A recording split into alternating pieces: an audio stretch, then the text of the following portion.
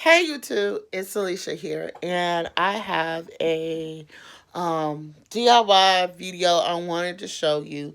And all you will need is black eyeshadow and a royal blue eyeshadow to give you a blackish blue eyeshadow. That's what I was trying to wait and find, and I couldn't find it. So I had to customize this shadow, and I put the shadow back into the shadow container, the L'Oreal shadow container that my blue eyeshadow came in. And it turned out very beautiful.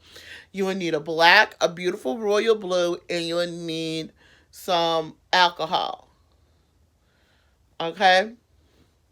So once that, I let mine set overnight, and it turned out very beautiful. So you can see that, and it's this beautiful. I made it a beautiful blackish blue, and it was a reason I needed that color, and that it turned out very beautiful. And this is just a custom color that I did, and like I'm going to say, when I can't find a custom color to it, I just think it's like kind of wonderful and like that. It's like very custom and everything. It's just very custom, and I just think it's a color that I was looking for and everything. But when it comes down to it, I just think it's pretty good. It's a real unique color. It's very, as you saw, it's very pigmented.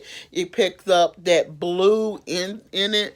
So I hope all y'all enjoyed this video. Don't forget to thumbs up this video, comment below, and subscribe to my channel. Bye.